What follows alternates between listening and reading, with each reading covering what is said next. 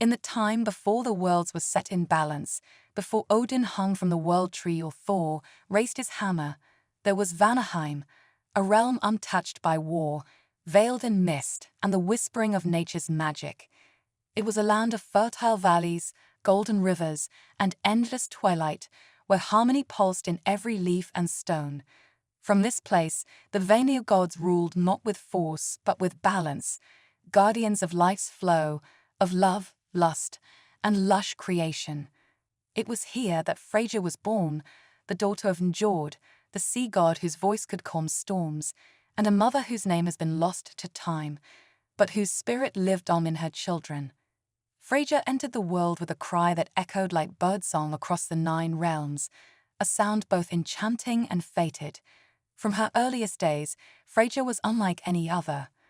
Her hair shimmered like captured sunlight, eyes the color of storm-washed fjords, but beyond her beauty was something far deeper, a magnetic power that pulsed in her very soul, the raw and ancient magic of Saida. Even as a child, Freyja could touch the threads of fate. She would sit beneath the moonlit branches of sacred trees, her fingers moving through the air as if weaving invisible runes. Animals would gather near her. Dreams would bend at her whisper. The Vanir watched in awe, for they knew what this meant. Freyja was a seeress, a witch goddess, born with a destiny that would transcend even the borders of her own world. She was not alone in her gift. Her twin brother Freyja was born alongside her, golden and radiant, a god of sunshine and fertility. Together, they were the divine balance. Freyja, the night with its secrets and stars. Freyja, the day with its harvest and hope. But it was Freyja who would carry the deeper burden. The gift of Saida was not just power, it was knowing, and knowing came with pain. Even in youth, she would sometimes grow still, her gaze distant, lips trembling with unspoken visions. The future danced just beyond her reach, and the universe hummed her name. As she grew, Freyja roamed Vanaheim in freedom, her laughter ringing like bells through ancient groves. She bathed in sacred springs, adorned herself with petals and starlight, and summoned falcons to perch upon her shoulder. The dwarves of Nidavellir spoke in hushed awe of her. The light elves of Alfheim sang songs in her honor. She was not just a goddess, she was a force of nature, the Vanir's flame and flower. But peace, as always in myth, was never meant to last. Far beyond Vanaheim, the Aesir gods stirred in Asgard, and the worlds trembled as the 2 divine tribes drew close, not in friendship, but in blood. And Freyja was destined to stand at the center of it all. The war between the Vanir and the Aesir shook the branches of Yggdrasil. It was not a war of mortals, it was a divine conflict, a battle of philosophies and power. The Vanir, masters of nature and fertility, stood for balance, magic, and peace. The Aesir, gods of war and order, believed in control, conquest, and the strength of arms. For years, the 2 pantheons clashed in storms of fire and spells, of shattered stars and broken truths. But neither could conquer the other. The Vanir's magic ran too deep, and the Aesir's strength was unrelenting. So, at last, the gods chose a different path. From the ashes of war, a treaty was born, a truce to bind the realms and end the bloodshed. And to seal this peace, there would be an exchange of divine hostages, symbols of trust and unity.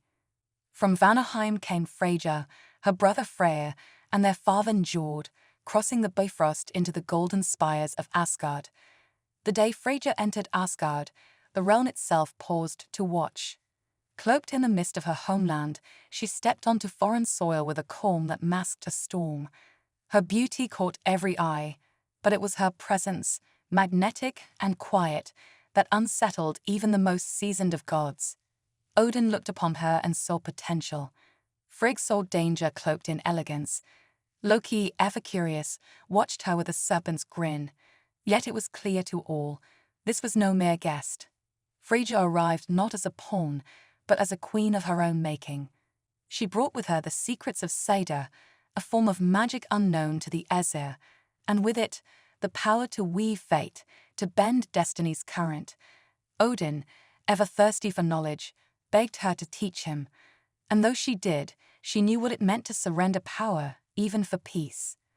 The Aesir did not trust easily, nor did they understand her ways. Some whispered that her magic was too wild, her desires too open, her power too dangerous. But Freyja did not bend. She built her own hall, Fólkvangr, a place where half of the fallen warriors would come not to Odin, but to her. She became the chooser of the slain, a role as divine and revered as the Valkyries themselves. In time, she walked through Asgard not as a foreigner, but as an equal, adorned with her cloak of falcon feathers, her necklace of gold and tears, Brísingamen, a treasure forged in secret by dwarves, and won at great cost. Yet even in this peace, there was tension.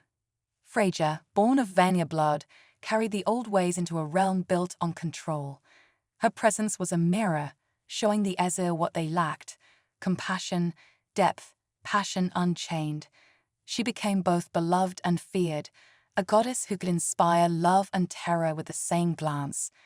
And deep within her, the pain of exile flickered. Though Asgard offered splendor, it was not home. She missed the sacred groves, the voices of the Vanir winds. She missed the balance. But Freyja, ever the survivor, stood unshaken. In forging peace, she had crossed a bridge that no other goddess dared, and her legend had only just begun. The war between the Aesir and the Vanir was not fought with swords alone. It was a war of truths, of ideals, of identity. On one side, the Aesir, proud warriors, lovers of battle, upholders of hierarchy and control. On the other, the Vanir, old gods of nature, fertility, the earth and sea, who whispered to the winds and walked through blooming fields as creators and nurturers. And between them, the world trembled.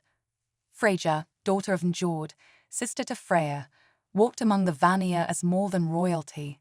She was a priestess of Seda, a sacred art of spirit-weaving and fate-twisting, a magic that reached beyond what the Aesir dared to understand.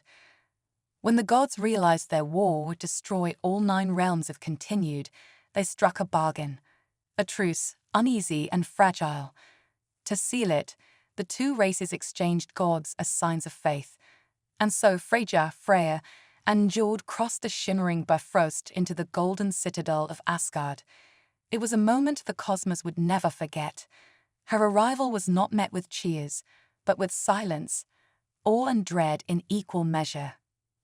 As Freyja stepped into Asgard's halls, the ground seemed to breathe beneath her, and the skies dimmed in reverence. She was not like the Aesir. Where they moved with thunder and fire, she moved with the rhythm of water and song. Her presence was magnetic, a paradox of softness and strength.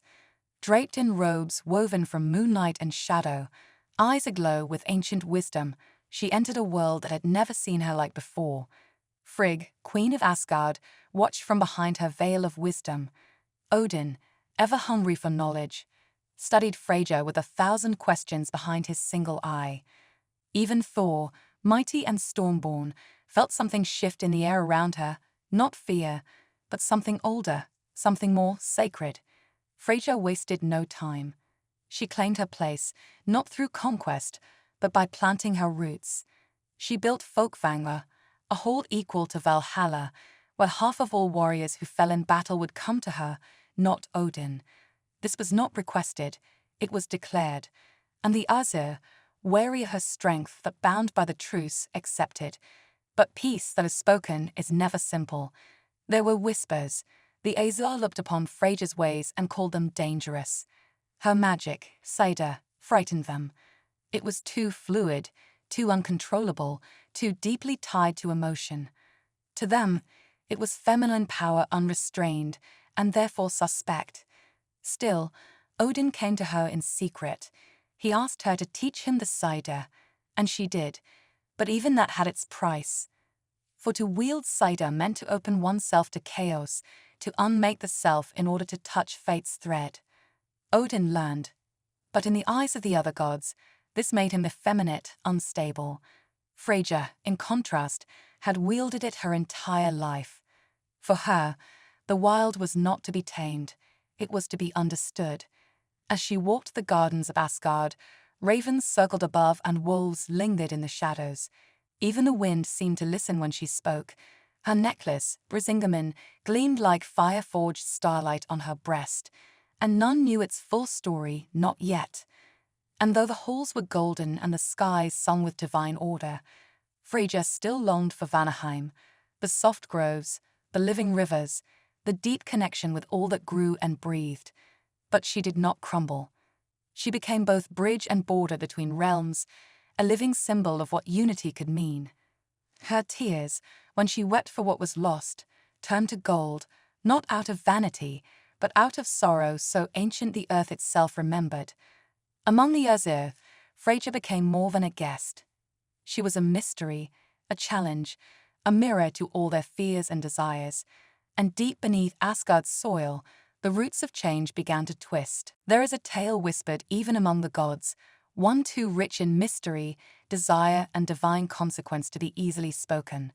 The tale of Brísingamen, the necklace of fire and stars, forged not in the heavens, but in the dark beneath the earth. Freyja, ever a wanderer, once traveled in secret, cloaking herself in shadow and curiosity. Her path led her to Svartalfheim, the realm of the dwarves, master smiths whose forges burn hotter than Muspelheim's flame, whose fingers shape desire into metal. And there, in a hidden cavern lit by molten gold and deep violet gems, she saw it. Brísingamen. It was no ordinary necklace. It shimmered with an inner light, as though stars had been poured into gold and shaped by longing itself. It was beautiful, but it was more than that. It was power. The kind of power that could bind loyalty, command awe, and stir fates with every glint. Freyja's breath caught. She wanted it, not out of vanity, but because she understood it. She saw in that necklace the reflection of her own nature, radiant, complex, uncontainable. The four dwarves who forged it, Alfrig, Dvalin, Berling, and Greer, watched her approach. They saw her desire, and they named their price. Not in gold, not in favors, but in time. One night with each of them. It was a price no other goddess would pay. But Freyja, goddess of love and sovereignty, knew the worth of exchange. She did not flinch. For desire, when bound to purpose, is not weakness. It is power. It is the root of creation. So for 4 nights she stayed, and when the dawn rose on the 5th day, Brísingamen was hers. She returned to Asgard with the necklace nestled upon her chest. It shimmered as if it held the fire of new suns, and every eye turned to her. But word of the deal spread, like wind through winter trees. The Æsir whispered, some judged, others burned with envy. Even Loki, ever the watcher, ever the whisperer, made it his business to uncover the truth. And he did. He slithered in shadows, changed shape, and broke into Freyja's chamber while she slept. He stole Brísingamen and placed it in Odin's hands. The Allfather, wise and wary, did not condemn, but he would not ignore. He commanded Freyja to reveal the truth of her choice. And so, before the golden throne she stood, unashamed, unbowed. She admitted what she had done, and why. And the halls of Asgard fell into silence, for none could deny her strength. None could match the clarity of her will. Odin, in his cryptic wisdom, returned the necklace to her, but demanded a cost. He ordered her to wage a war among men, to stir mortal hearts to chaos, to divide kings and lovers until the world learned of desire's power and price. And Freyja, with fire in her veins and Brísingamen glowing at her heart, accepted. In the twilight hours of a restless night, under a sky laced with aurora fire, Freyja walked alone. She wore a cloak woven from falcon feathers, gliding between realms unseen. Not even Heimdall's watchful eyes followed her that night, for this was a journey of longing, a pull that whispered beneath her skin. Her feet found the ancient roots of the World Tree and took her to Svartalfheim, the land of the deep earth forges, home of dwarves whose hands could shape the soul of the cosmos into metal. There, beneath stone and shadow, lit by the glow of subterranean fires, she found them, 4 dwarves, hunched at a forge, their hammers ringing like echoes of creation itself. Alfrig, the youngest, with eyes like polished steeled Valin, quiet, thoughtful, master of enchantment Burling, who laughed with sparks in his beard and Greer, oldest and proudest, his face lined like molten stone. Upon the anvil lay a thing of unspeakable beauty. It was Brísingamen, the necklace of the Brazings. Gold of deepest luster, studded with moonfire and star flame, woven so finely it seemed not forged, but sung into existence. Freyja's breath caught. "It is not for sale," said Dalin, without looking at her. "Everything has a price," she replied. Greer's lips curled in a grin. "Then you must name yours, Lady of Love." But it was not she who named the price. It was them. "One night with each of us," Halfrig said, stepping forward. "One night for each hand that shaked it." There was silence. Even the forge's fire stilled, as if waiting. Any other goddess would have raged or fled in scorn. But Freyja did not blink. She looked them in the eye, not as a goddess humiliated, but as a queen who knew the weight of her desire and was unafraid to bear it. "I accept," she said, "but remember, it is not just my body I give. It is the presence of the Vanir, the divine spark of creation. Treat it with reverence or be burned." They did, and for 4 nights she stayed, not out of love, not out of lust, but for purpose. For Brísingamen, which she believed would be more than adornment, it would be a symbol of sovereignty, a tether to her will, a magic all her own. When she left Svartalfheim, the necklace blazed on her collarbones, reflecting the stars like they were bowing. She returned to Asgard with quiet pride. But Loki, ever the prowler of secrets, heard whispers. He watched her, followed the shadows of her memory. Then, in serpent form, he slithered through her window one night and stole Brísingamen while she slept. He brought it to Odin, hoping for judgment, for scandal, for fire. Odin gazed at the necklace long and hard, as though it told him some secret about fate itself. Then he summoned Freyja. When she stood before the throne of the Allfather, gods and goddesses lined the hall. Their stares burned with curiosity, jealousy, even silent condemnation. But Freyja did not shrink. She stood tall, her golden hair cascading like sunlit rivers, her lips firm, her gaze unflinching. "I made a choice," she said. "I took what I desired and gave what I owned. It was my will, and I regret nothing." Even Odin, who weighed the deeds of gods against the runes of destiny, could not deny her. He returned the necklace, but with a decree. "You shall repay this with strife," he said, "not among gods, but among men. Stir hearts to battle. Let kings fall for love. Let nations burn for longing. Let mortals know that desire is not without cost." And so she did. From that day, Freyja became not just the goddess of love, but of war, of beauty and bloodshed, of passion and pain. She wore Brísingamen in every battle, a burning star at her heart.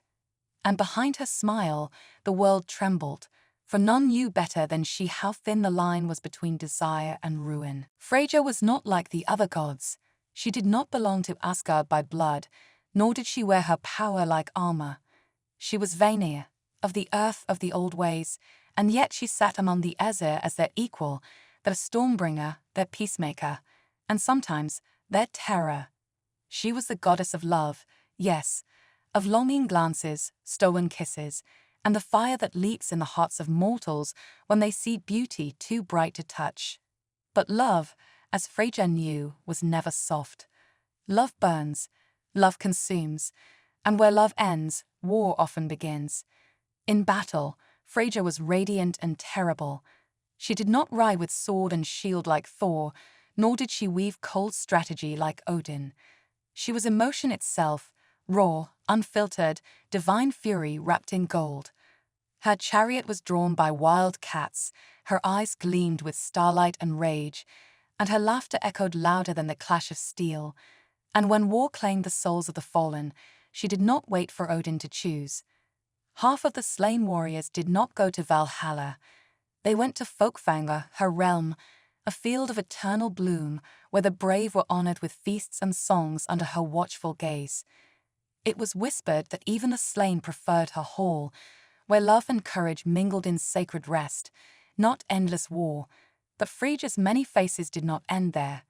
She was a sorceress, a Seikona, master of Seda, the mysterious Vanir magic that bent fate like thread. With her staff and chant, she could stir dreams, twist destiny, and walk between the worlds. Odin learned Seda from her. It was her gift and also her warning. For the magic of fate came at a cost. To use it was to peer into the abyss, to court madness for clarity. She was a mother, though her children were shrouded in silence. Anos and Besemi, daughters of beauty and treasure. She loved them fiercely, but they did not walk the battlefields or whisper in the halls of Asgard. Some said they lived in distant Vanir lands, untouched by the gods' endless quarrels. And above all, Freyja was a mystery. She could weep tears of gold when sorrow pierced her, each drop a treasure lost to the earth. She could charm dragons, tame storms, and soften even Loki's jests with a glance. To some, she was a goddess to be adored. To others, feared. To many, both. Wherever she walked, flowers grew. Wherever she looked, hearts broke. And when she called, warriors rose from their graves to follow. Among the many mysteries that wrapped themselves around Freyja like silken veils, none was deeper or more aching than her love for Oda. Oda, whose name whispered like wind through golden meadows. Oda, the one who vanished. Some say he was a god like her, radiant and wise, perhaps even an echo of Odin himself, a twin flame cast across the cosmic sea. Others claim he was mortal, or not mortal, or something else entirely, a spirit too wild for even the gods to tame. But whatever he was, he left. Without warning, without reason, Oda disappeared. Some say he was exiled, cursed, or searching for something older than time. Others say it was a choice, his or the Norns. But for Freyja, all that remained was absence, and she searched. Across the 9 realms she wandered, through frost and fire, across mortal kingdoms and elven forests, down into the roots of Yggdrasil where light could not reach.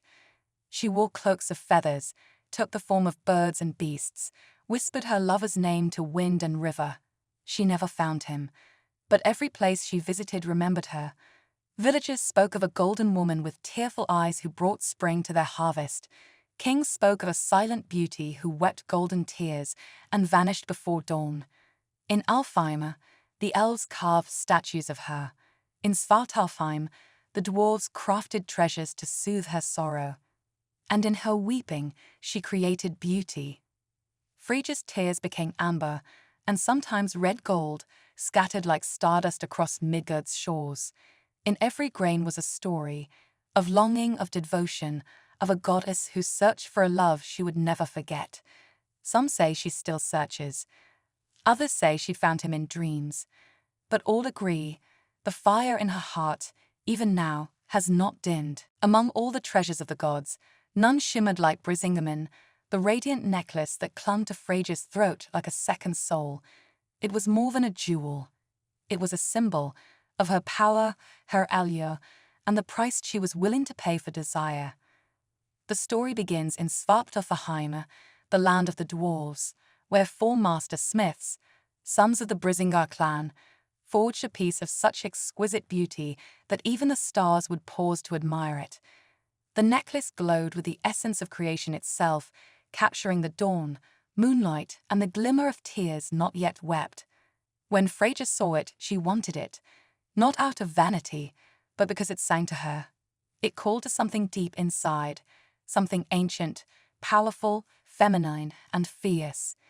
It was desire made solid, a reflection of her essence. But the dwarves would not part with it easily. They named their price, a night with each of them, not gold, not magic, but intimacy, raw and honest. And Freyja, goddess of love and war, made no pretense.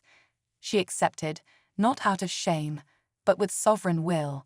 For her, desire was not sin, it was strength, and she would never bow to mortal morality. And so the deal was struck. 4 nights passed flatter or hide. She spoke truths that pierced pride. She named the gods' hypocrisies, unveiled their fears, and read their futures like runes on flesh. And as she spoke of gold, desire, and destiny, the Aesir grew uneasy, for Saida was a woman's craft, wild and ungoverned, foreign and frightening to the gods of war and order. Their discomfort turned to fear. Their fear turned to rage. 3 times they burned her at the stake. 3 times she rose from the ashes, her body blackened, her voice unchanged, her gaze never breaking. Gullveig would not die. Freyja could not be silenced. This became the spark, the fire that kindled the first great war of the gods, the Aesir-Vanir War. The Aesir, led by Odin, stormed with thunder and steel. The Vanir, Freyja's kin, answered with nature's fury, sea surges, harvest curses, and beasts of legend. The war lasted ages. Realms crumbled, skies wept, and no side won. It was the kind of war that left scars not on flesh, but on the very weave of the cosmos.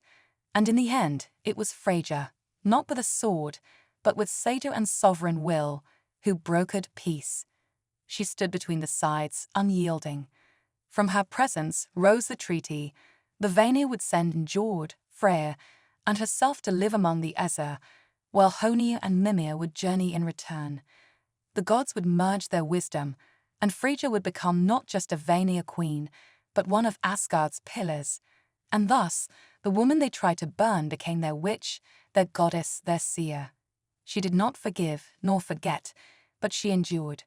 As Asgard rebuilt from war's ashes, Freyja took her place among its thrones, her Saida now feared and respected.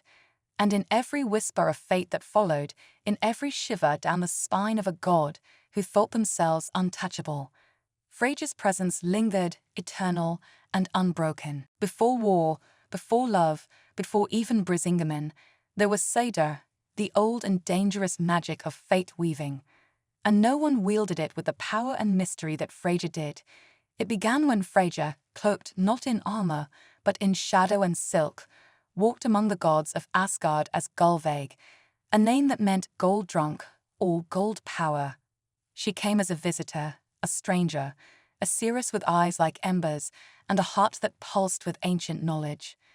In her hands she held Saida, the magic that could bend destiny and stir the threads of fate like wind through grass. But such power unsettled the Aesir. Freyja did not flatter or hide. She spoke truths that pierced pride. She named the gods' hypocrisies, unveiled their fears, and read their futures like runes on flesh. And as she spoke of gold, desire, and destiny, the Aesir grew uneasy. For Saida was a woman's craft, wild and ungoverned, foreign and frightening to the gods of war and order. Their discomfort turned to fear. Their fear turned to rage. 3 times they burned her at the stake. 3 times she rose from the ashes, her body blackened, her voice unchanged, her gaze never breaking. Gullveig would not die. Freyja could not be silenced. This became the spark, the fire that kindled the first great war of the gods, the Aesir-Vanir War. The Aesir, led by Odin, stormed with thunder and steel. The Vanir, Freyja's kin, answered with nature's fury, sea surges, harvest curses, and beasts of legend. The war lasted ages. Realms crumbled, skies wept, and no side won. It was the kind of war that left scars not on flesh, but on the very weave of the cosmos. And in the end, it was Freyja, not with a sword, but with satyr and sovereign will, who brokered peace. She stood between the sides, unyielding. From her presence rose the treaty. The Vanir would send Njord, Freyja, and herself to live among the Aesir, while Honir and Mimir would journey in return. The gods would merge their wisdom, and Freyja would become not just a Vanir queen, but one of Asgard's pillars. And thus, the woman they tried to burn became their witch, their goddess, their seer. She did not forgive nor forget, but she endured. As Asgard rebuilt from war's ashes, Freyja took her place among its thrones, her Saida now feared and respected. And in every whisper of fate that followed, in every shiver down the spine of a god who thought themselves untouchable, Freyja's presence lingered, eternal and unbroken.